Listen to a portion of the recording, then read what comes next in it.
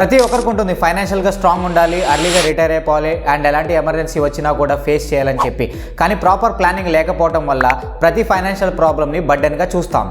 Maximum middle class people ఈ స్టెప్స్ని కనుక follow అయితే ఫైనాన్షియల్గా సెక్యూర్గా ఉంటాం. First one, term insurance. మీ ఇంట్లో మీరే కనుక జాబ్ చేసే పర్సన్ అయితే ఖచ్చితంగా 1 to 2 crore ఉండే టర్మ్ ప్లాన్ని తీసుకోండి. సింపుల్ ప్లాన్స్ని చూస్ చేసుకోండి. మనీ బ్యాక్ లేదా ప్రీమియం రిటర్న్స్ ఇచ్చే స్కీమ్స్ని అవాయిడ్ చేస్తే better. Second one, health insurance. మీ ఫ్యామిలీ మొత్తానికి 10 to 20 lakh ఉండే హెల్త్ ఇన్సూరెన్స్ని తీసుకోండి. మీరు హెల్త్ ఇన్సూరెన్స్ తీసుకోవడం వల్ల మీ ఫ్యామిలీ మొత్తాన్ని సెక్యూర్గా ఉంచడమే కాకుండా మీరు టెన్షన్ ఫ్రీ లైఫ్ని జీవించవచ్చు. హెల్త్ ఇన్సూరెన్స్లో మినిమల్ రెస్ట్రిక్షన్స్ ఉండే ప్లాన్స్ని చూస్ చేసుకోండి, like room rent, copayment and consumables లాంటివి. Third one, children future. మీకు కనుక ఒకవేళ గర్ల్ చైల్డ్ అయితే సుకన్య సమృద్ధి యోజనలో ఇన్వెస్ట్ చేయండి.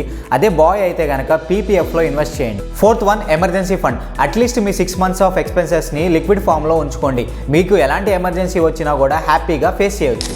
Fifth one, long term investment. మీకు కనుక 10-year లాంగ్ టర్మ్ గోల్స్ ఉంటే సేఫ్ మ్యూచువల్ ఫండ్స్ అయిన నిఫ్టీ 50 అండ్ నిఫ్టీ 500లో ఇన్వెస్ట్ చేయండి.